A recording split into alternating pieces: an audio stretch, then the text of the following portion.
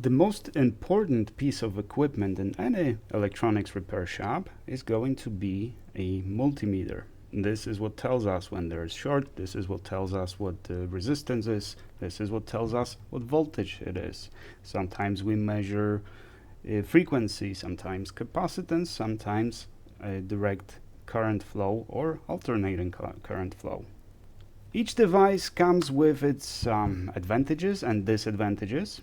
One of the disadvantages of this one is relatively low accuracy when it comes to low resistance and lack of connectivity to the computer, to the host machine, to transmit the readings to the computer. Now this problem is solved by this device because it comes with a USB port in the back and it promises very accurate measurements. So let's check it out. Hello friends, welcome back to the bench. Today we're going to take a look at a viewer recommended Owon XDM1041 digital multimeter with 55,000 counts. That's amazing. Am I reading it right? Is it 55,000 counts or 55.000 counts? No, it's 55,000 counts. I'm not sure about that, and I'm not sure what exactly does it mean on this meter that it has 55k counts. Typically on the multimeters, this one doesn't say. It doesn't say here, but it's roughly maybe 600, maybe 800 counts, which is pretty good. Most of my meters, let's see the other one. This one has 4,000 counts, which is very decent. But even few hundred counts, it's depending on what you measure, obviously, that it might be a big impact. But in mainly, especially when you want to just measure resistance, the number of counts doesn't really matter that much. Now this one, why I got this one is, well, mainly because it came recommended by one of the viewers. I think it was in the comment of my milliohm meter. It would be awesome if I could present the measurements on the screen so you guys can see, instead of looking at my meter or instead of me trying to position the meter so you don't see reflections, right? And so you can see it and the cables are not covering it. Sometimes it's pretty challenging, especially since you're focusing on the repair. It's difficult to also focus on whether the angle is good, whether there are no reflections, that kind of stuff. It's very hard. So having a meter that I can connect to the USB port on my computer and just display it on the screen would definitely solve that problem. But is this meter something I would recommend? Well, first, let's see what's in the box. We have a fuse, replacement fuse. We have an alligator clips for the probes. We have a piece of paper and another piece of paper. Comes in the nice box like this, very nice. The probes, obviously the cheapest, crappiest kind that you get. These are the probes that you will get with pretty much any multimeter, any cheap multimeter, and sometimes even with more expensive devices. They're very cheap, very crappy. The first thing that you need to do with these when you receive them is you need to fold them like this. Yes, put the little rubber band here and throw it in the trash. That should be the first thing you do with these. Now, why do I say that? Well, you want to give them a try? Let's do it. So the multimeter is powered by a big cable. We'll get to that. We'll consider pros and cons of that. And it even turned on immediately. Now let's set it to resistance. And let's set the range to manual 500. That's the lowest range on it. Then let's connect our leads, our probes. So one will go to the input, one will go to the common. There. And what is the resistance of the probes? 2.5. It's hard to say because it wants to jump around. Now we can increase the speed. The speed right now is set to low, so we can press here and do medium and high. So now it'll be jumping a lot quicker, like this. Oh, it even went below 2, 1.6, 1.7. But these are the leads that it comes with. But we're gonna do what we should do with them and just place them in the garbage can. And instead, we're gonna use proper probes. So these are not, like super expensive. These are not like super professional, but we tested them last time, and you see how better they are than what we normally get on the meters. Now let's do the same experiment by touching the probes and see the difference. It's still not super stable, and it's still telling us 70, 80, 60 milliohms, right? But we're at the very edge of that range. So now let's consider that we want to use it like a milliometer. So this GPU should show us 550 milliohms on the GPU V core. Okay, so this one should show us 0.55 if it was super accurate. Let's see what it is. And we have 87, call it 90, maybe even 85. So it is a little off, but not by much, right? Fluke would, Fluke completely falls behind this one. So at least this one will show you something. You can, as you can see, you can even check the resistance of the core.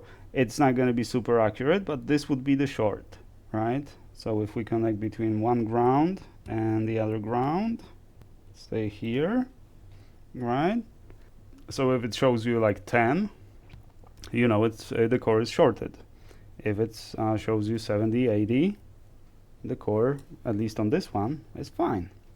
And what we cannot do with milliometer is check the resistance of the CPU V core.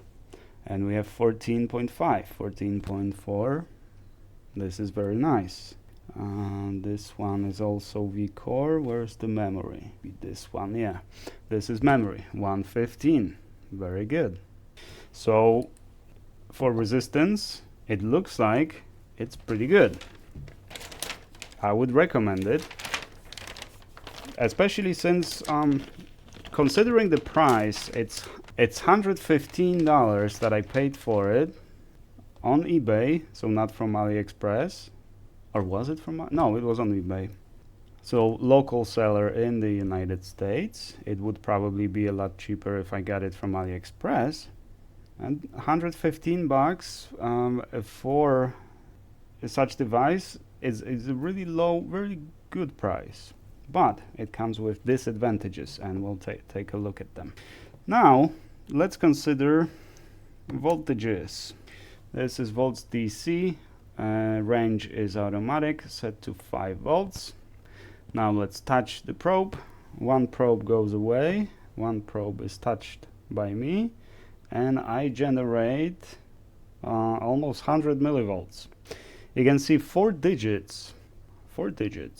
So let's connect to the bench power supply over here at the connection directly, so not with the wires. 10 volts, and we have 9.993. Now which device is more accurate, my power supply or this meter? It's hard to say, but they are super close by well, 6 millivolts. That is pretty nice accuracy. Now, as you can see, our accuracy dropped to 3 decimals, right? Because we are in a higher range now, 50 volts. So let's drop to 3 volts so we can get more accurate. Yeah, 2.996665. Yeah, very nice. In addition, you have few utilities over here, so you can do minimum and maximum, which will show you. You can zero it, hit the clear, right, and just keep it for a little while and check what was the maximum. We have 67 and minimum 65, average 66 obviously. This is especially in conjunction with 55,000 counts. The maximum and minimum is very useful in some cases. This is not something that the typical multimeter will give you. In addition, it looks like you can connect a thermocouple. I'm not sure what kind, but you can connect a thermocouple, and it's overload because we have 3 volts, but if I drop to 1 volt, well, this is 10 millivolts, which translates to 1370 degrees Celsius. Because thermocouple generates a very small potential. So, 10 millivolts, that's a lot. Or, sorry, this is 100 millivolts, not 10 millivolts, 100 millivolts. So I could drop it even lower. This is 1 millivolt, right? So this is designed to, so you can connect a thermocouple to the meter. I'm not sure what for, especially since it doesn't come with thermocouple. On some meters like this, especially on those cheaper ones, typically they do come with a thermocouple and the option on the meter to see the temperature. But I don't really. Oh, you can change. Okay, hang on. This display. So we have two kinds of the device that you can connect to it. All right, and based on that, it'll read. You can change the units to Fahrenheit, Kelvin, or Celsius. Very nice. But again, I don't really know what I would need that for. I have a lot better devices to measure temperature, right? Now we can measure capacitance. Let's see how well do we measure capacitance and how much. Let's start with a large value, 4700 microfarads at 25 volts. And let's see how fast it measures and how well. Let me see. Unfortunately, we are dealing with a lot of reflections here.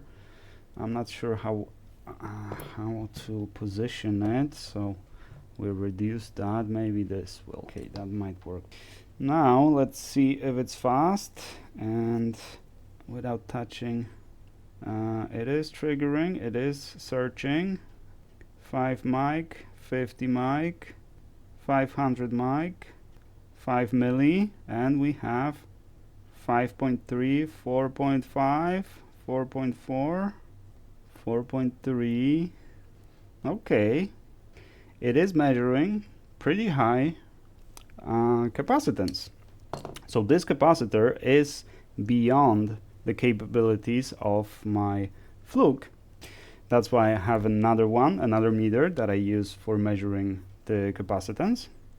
Now I can use this meter. So that is pretty cool. This will definitely be handy for me. Okay, measurements in circuit, unreliable. It just doesn't work. Let's grab a meter that I usually use for in-circuit capacitance measurements. My tiny Fluke wannabe. And let's try with Fluke wannabe. Yeah, it's also not catching. This is typical because if there's a resistance in parallel with capacitance, then we won't be able to measure capacitance. Let's see what is the resistance. Oh, it's OL. Okay, so this isn't gonna work. So looks like small capacitance is a problem for this meter, but I mean, do you need a device to reliably measure capacitance of the capacitor? Sometimes a capacitor is crushed and you don't have the schematics, the board view, even if you have it, it doesn't say what's the value of the component, but you assume that the one next to it is the same. So you want to measure that one to know which one to replace it with, the one that is broken. So sometimes it's very important to be able to measure capacitance relatively accurately.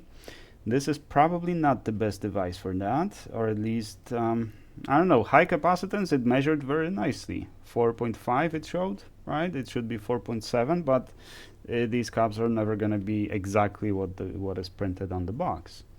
Okay, so the final feature, frequency. And it is showing 59.983 Hertz, yet we didn't connect anything, right? The duty cycle is 51.6, it should be 50.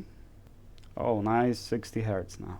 Now, if we take the red probe and we touch it, we have steady 60, which is good. And the duty cycle, well, now it jumped to 51, but it was 50 for a second. 50.8, 50.9. If I release it and just put it there, the frequency goes a little lower, but it's roughly 60 Hertz. Why does it show 60 Hertz? That is the problem of this meter. Now, check this out. This is my oscilloscope. It's a cheap oscilloscope, which I love, and I recommend it unless you need some very high-end device to do the measurements, such as measuring speed of light or speed of electricity going through the wire, stuff like that. You need something better than this. But if you use it for stuff that I use it for, and you can see it almost daily, we use it for something, this is more than you need. And there are two options. As you can see, it is USB powered. So I can connect it to the power bank, plug it in. It works on the power bank for, it can last days because it's very little power consumption. But even if I connect it to the power supply and I turn it on, as you can see, the device is on and it's nice and steady, nicely flat line. That's what we want to see, right? You might see some interference with the camera shutter, but trust me, it is stable. Now, if I expose the pin and I touch it, we see 60 Hertz. But when I don't touch it, we see 0. That is good insulation, right? They're galvanically insulated from the AC, which powers it. Our meter, on the other hand, keeps showing 50 Hertz without anything connected, because that 60 Hertz, oh, now actually it shows 0. Look at that. Okay, so yeah, now it shows 50. You see, that doesn't happen on the oscilloscope. I have all the probes connected, and this one, as soon as I connect the probe, it sees that 60 Hertz. Yeah, it disappears when I disconnect it without touching it, because I understand when I touch it, it should give me 60 Hertz because it's me. I'm exposing. I'm exposed to 60 Hertz, and through my body a little bit of that power. Well, maybe not power, but that signal is kind of leaking through my body. But when I release it, it should drop to 0, and it just drops a little bit lower, right? It seems like it drops a little bit.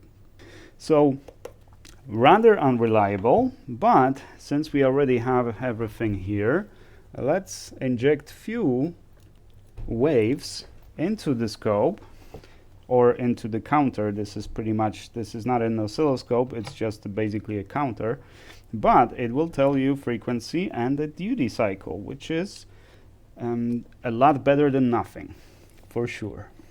Okay, we're doing 19 kilohertz and we're showing 19.002 kilohertz. The wave is sine, so duty cycle is shown over here as 31%, 32%. I don't know if that is a duty cycle or not, because it doesn't make sense. Now we can switch the mode from frequency to period. So this is 52 microseconds, right? And the frequency is 19 kilohertz. So let's check few other ranges, but this time I want a square. So on the square we have 49.8 duty cycle. So it perfect 50 right now. Perfect 50. So that's good. And perfect 19.002. My generator is not as accurate as this device might be, so I can believe that perhaps this device sees those 2.002 kilohertz as and it's actually true that my generator is a little off. The duty cycle is at perfect 50.0, so that's good. That means I like that. But it means that it works better on square than it does on sine, which is fine. Now let's drop the duty cycle to 40%, and our meter is showing exactly 40. Okay. Oh, so let's go back to 50%. Looks like our duty cycle is measured very nicely on square function. And now let's start dropping. Let's do 10 kilohertz, 10.01. Very nice. And now let's check the lowest possible. So we're gonna drop to 0 and let's do 1 hertz. It always disagrees by 1, at least. So this is 1 hertz, but 1.0001. It looks like huge accuracy. So let's drop to 0 and let's see, can we do 100 kilohertz? Yeah, and still disagrees by 1. I think that that 1 is just given disagreement. You always disagree by 0.01. Okay, 500 kilohertz. Okay, 1.5 megahertz. Very nice. 2 megahertz. And I think this is the highest I can go on this device. Yeah, that's my limit. 2 megahertz. Nice. And my scope can measure more than 2 megahertz. This one goes to reliably up to like 20 megahertz. Technically it's up to 100 megahertz, but obviously it's not going to be accurate at those levels. But the generator can generate maximum of 2 megahertz, and as you can see, our duty cycle is showing 49.1. So it lost, either the meter lost its precision at this range, or more likely my generator at this range is just, you know, not working. Not working well. One thing that you will definitely need is a beeper. So this is so you want diode reading, and here diode and the beeper. Now the beeper can be turned off, and also you can set the threshold, right? So if you measure like 1K resistor, the beeper is off, the beeper is on, right? So anything below 0.5 volt drop will beep. But now if you want to reduce that threshold, the lowest you can go is 0.1, which is kind of a pain, because I would like my beep, since I do have the option of modifying a threshold, I would like to modify it to the range that I want. So 0.001 perhaps, or 0.01. Yeah, that's definitely, it's not necessarily a short, but that's, the speed is amazing, very, very fast. So it's definitely, for beeping, it's definitely better than the Fluke. Fluke is a lot slower. It's decent, and this one that the ANEG that we reviewed some time ago, as you can see, I use it primarily as a clock, a calendar, and a hygrometer, not as a multimeter. But it was also relatively fast. This one is the fastest I've seen. I haven't seen any meter faster than this. So this is very nice. I like it. Yeah, this is very nice. Temperature. Obviously, we can measure also a current flow. And obviously, we can measure the alternating current or the voltage on AC as well as DC. So pretty much all the functions that typical meter has. We also have the mathematical functions, so average and stuff. We have a utility, so we can set backlight, language, and that's pretty much it. You can record. I'm not sure what the record, it says manual or auto, which is fine, I guess. We have a pause button. Well, beeper still works when we stop it, but yeah, so we can stop whatever was shown, right? If we hit the stop button over there, we will maintain, it'll show it on the screen indefinitely, but it still beeps, right? So it's still working, but the display is frozen. So it's kind of like on the oscilloscope, right? And if we click it again, it'll start measuring again, right? Which is also pretty nice. Now, let's consider, is this something that I am happy with, and would I recommend it? So first, am I happy with it? I'm very happy with certain functions of it. I'm very unhappy that it connects like this. So I can't connect it through the USB. And why would that be a problem? It all depends on what you do. If you're working on the laptops, it really doesn't matter. And because laptops are going to be supplied by a power supply, which is galvanically insulated from the rest of your electrical installation in the shop. Now this one should be, and I think it is, because when I disconnect the probes, I no longer get the 60 Hertz of frequency, right? I get nice 0. So I think the insulation on this side is there. It should be galvanically insulated, but I don't trust that, because you can't use it, anything that is connected to your power, to your outlet, you cannot use, or you should not use, to measure floating ground or hot ground, right? So working on power supplies with this multimeter, you really have to know what you're doing. It's kind of the same with the oscilloscope. Any oscilloscope that is not battery powered like mine, or doesn't have an option of being battery powered like mine, you have to know where to measure, because you can cause a current to flow through the probes, through the scope, and just fry your input on your scope. Not to mention, you can blow a fuse in your house. The same is true for any other measurement device that is powered through the outlet. So I would love for this to have been battery powered. Second problem that I have with it, it does come with USB, and you even get a cable, and it works. You can control it to a certain extent, like change from AC to DC, from frequency to capacitance, and so on. Some functions are available to be controlled through USB, some are not.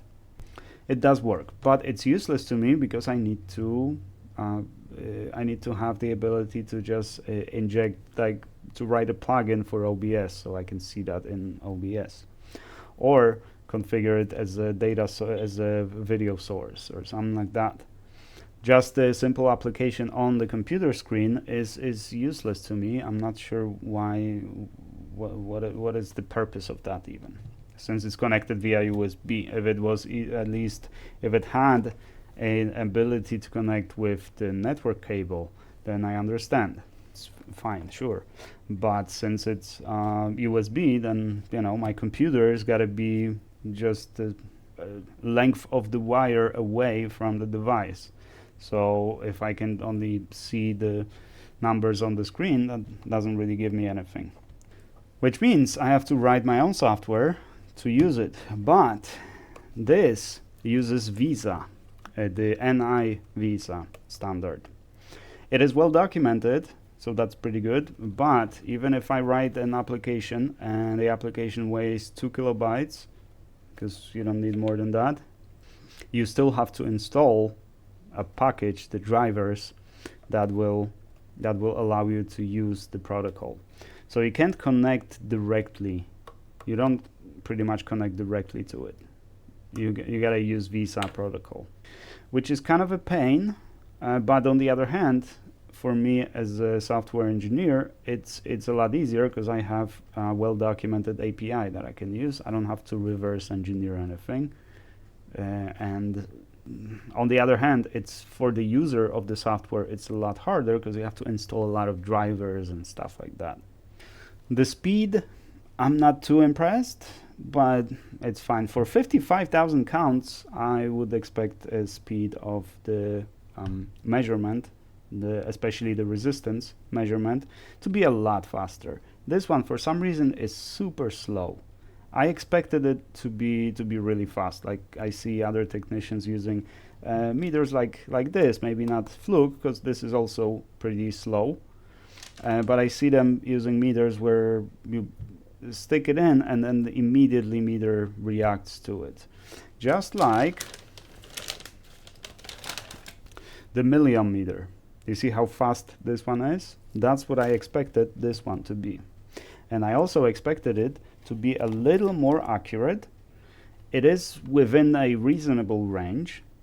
It's not necessarily made to measure micro ohms, but I would expect it to be accurate to at least like 100 milliohms. It is not. It is accurate to roughly 200, 300 milliohms. It's all right. It's not too bad. It's definitely better than the majority of handheld meters will give you. Other than that, I love it. So would I recommend it? It's a good question, because for me to recommend it, I also need to make a disclaimer. Who am I recommending it to? Definitely not a noob. If you're new to electronics, don't get this. You will have to learn a lot. You will have to have a good understanding of why this is such a big issue. The cable, the power source. This is going to be a lot safer. You can use this at anything as long as the range, the range available on the meter, the limitations of the measurements of the meter are met. You can use it on anything, even on hot ground. This, probably not. I mean, again, it might be insulated to the point where you can use it on the hot ground, and I'm not willing to test it because, after all, it's $115. Now, you probably can get it for maybe $70 on Ali, maybe even lower. Who knows? The quality of construction is not bad. It's not super light like some of them that feel like it weighs nothing. When it's standing, no, you won't be able to click anything. Well, you can click some of them. Maybe. So It's better if, just like with this scope, it's the exact same problem. The device is just not heavy enough for you to do one-handed. You can do one-handed if you hold it like this, right? But this is common problem with these. You can add some weight to it yourself, or you can do what I do, just always keep it against the wall or something, so you can do it one-handed. So in conclusion, not for noobs, but on the other hand, if you are a well-established engineer or repair technician, you have plenty of experience and you worked with plenty of tools and you have a solid understanding of the repercussions of powering the device like this, the measurement device like this, would you really need that? Do I even have to recommend it to you? You know better. You don't need my recommendation. So for that reason, this is not my recommendation. I know it was recommended to me, and I just got it because it was recommended. I'm relatively happy with it, and we'll see once I write my software for it, we'll see how it goes, how it works. But at the moment, this is not something that I would recommend because I don't know who to recommend it to. If you know what you're doing, you don't need my recommendation. If you need my recommendation, this is not a meter for you. And that's how I would summarize it. Other than that, it's not bad. I'll use it, and hopefully soon, maybe in a week or 2 weeks time, I will have my software that will present the measurements on the screen. If not, I don't know what I'm going to do with it, if there are issues. But this is it. Owon XDM1041. It works. Thank you guys very much for watching. I do appreciate you, and I shall see you in the next one.